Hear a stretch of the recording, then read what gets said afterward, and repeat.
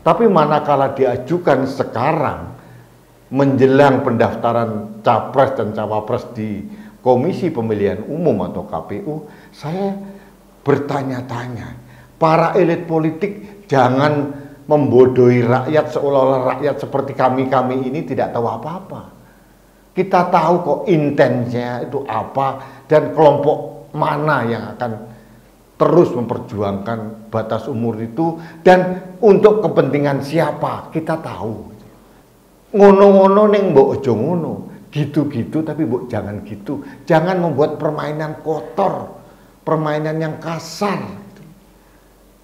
Membangun oligarki politik itu dilakukan mbok ya agak cantik permainannya. Jangan membuat rakyat jadi muak gitu.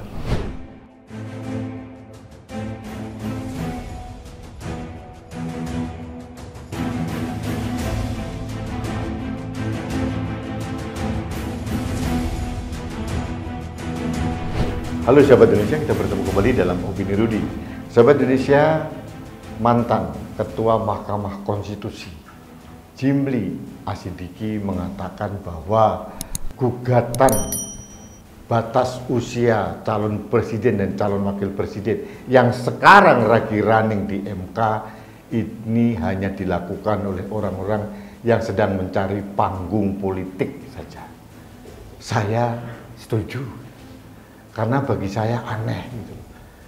Siapapun yang mengajukan ini dan kelompok mana yang mengendorse para pengaju gugatan ke MK ini bagi saya sangat tidak elok. Mengapa dilakukan menjelang pemilu tahun 2024? Pada saat tahapan-tahapan pemilu sudah berjalan, ini diajukan untuk siapa dan untuk apa dan apa relevansinya buat kemaslahatan masyarakat Indonesia. Itu pertanyaan saya dari dulu yang saya ulang berkali-kali. Saya tidak melihat benefit untuk rakyat Indonesia kalau hal itu dilakukan sekarang. Kalau itu dilakukan setelah Pilpres tahun 2024, oke lah.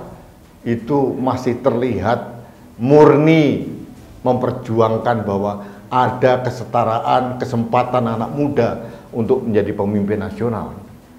Tapi manakala diajukan sekarang menjelang pendaftaran capres dan cawapres di Komisi Pemilihan Umum atau KPU, saya bertanya-tanya, para elit politik jangan membodohi rakyat seolah-olah rakyat seperti kami ini tidak tahu apa-apa. Kita tahu kok intensnya itu apa dan kelompok mana yang akan terus memperjuangkan batas umur itu dan untuk kepentingan siapa kita tahu. Ngono-ngono ning mbok aja ngono, gitu-gitu tapi mbok jangan gitu. Jangan membuat permainan kotor, permainan yang kasar. Membangun oligarki politik itu dilakukan mbok ya agak cantik permainannya. Jangan membuat rakyat jadi muak. Semua resources bangsa termasuk MK itu harus pusing memikirkan gugatan-gugatan yang menurut saya tidak perlu untuk saat ini.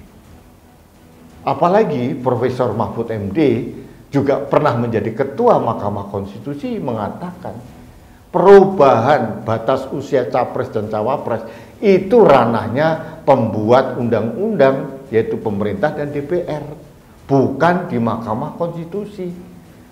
Kalau pembuat undang-undang yaitu DPR dan pemerintah bersepakat merubah, ya ubahlah gitu. Jangan terus ngerecokin MK. Jangan hakim MK yang seharusnya itu menjaga konstitusi itu dipaksa melakukan upaya-upaya hukum yang akan mencederai tujuan utama kenapa kita mendirikan Mahkamah Konstitusi. Sahabat Indonesia, seingat saya Mahkamah Konstitusi itu didirikan sebagai kesepakatan anak bangsa ini pasca reformasi adalah untuk menjaga marwah kehormatan konstitusi. Jangan sampai perundang-undangan di bawahnya itu bertentangan dengan konstitusi yang ada. Dan itulah tugas dari MK, menjaga marwah dan kehormatan Undang-Undang Dasar 1945. Kalau batas umur angka sekian itu sebetulnya silahkan saja dibahas di DPR bersama pemerintah. Bisa juga menjadi inisiatif pemerintah atau inisiatif DPR, itu silahkan saja. Tapi saya tahu mengapa tidak pakai jalur yang seharusnya, jalur dari DPR maupun pemerintah. Karena apa? Prosesnya lama. Artinya terlihat dengan jelas pengaju masalah ini di MK itu ngotot berkehendak agar itu diputuskan sebelum batas waktu pendaftaran capres dan cawapres di KPU yang sudah ditentukan tanggal 19 sampai tanggal 25 Oktober 2023. Mereka ini dikejar-kejar setoran istilahnya, dikejar waktu, ada tenggat waktu, sehingga mereka mencari jalan pintas dengan MK. Tapi harus dimaknai dengan serius apa yang disampaikan oleh Profesor Mahfud MD, bahwa MK ini tidak berhak untuk mengubah angka-angka di dalam batasan usia capres dan cawapres. Itu ranahnya DPR dan pemerintah, pembuat undang-undang. Bisa jadi ini hanya sekedar permainan, seperti yang disampaikan oleh Profesor Jimli Sidiki, bahwa ini hanyalah cari panggung saja. MK itu lembaga terhormat, jangan dijadikan panggung untuk politisasi, apalagi untuk memaksakan kehendak agar anaknya si A bisa masuk dalam kriteria sehingga bisa dicalonkan menjadi cawapres. Ini bagi saya konyol, permainan yang terlalu nampak, permainan yang sangat tidak cantik alias kotor sekali, dan ini membuat rakyat muak. Elit-elit politik tidak sadar bahwa rakyat di bawah itu melihat, meneropong dengan tingkah laku para elit ini maunya apa. Hanya untuk kekuasaan, akhirnya menafikan semua etika-etika, fatsun-fatsun yang seharusnya dilakukan. Sabarlah.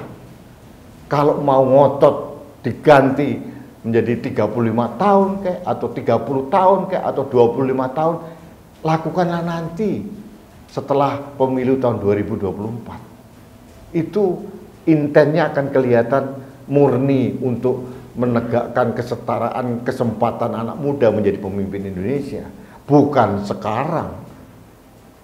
Manakala prosesnya sudah berjalan, tinggal hitungan hari mendaftar ke KPU, mereka memaksakan diri mengajukan uji materi di Mahkamah Konstitusi. Bagi saya sedih saya melihat ulah para elit politik yang terang benderang tamak dengan kekuasaan hanya demi menggolkan anak si A untuk bisa lolos menjadi calon wakil presiden. Sangat prihatin saya. Sabarlah, punyailah rasa malu. Norma-norma malu ini harus tetap dijaga. Karena kita ini bukan hidup selamanya. Berapa tahun sih jabatan publik atau jabatan pejabat negara? 5 tahun, paling lama 10 tahun. Hanya dengan 5 tahun, 10 tahun mengorbankan kehormatan dan nama baik serta harga diri, bagi saya ini konyol sekali. Jadi saya berharap Hakim Mahkamah Konstitusi mendengarkan masukan dari mantan Ketua Mahkamah Konstitusi, baik Profesor Jimli Sidiki maupun Profesor Mahfud MD.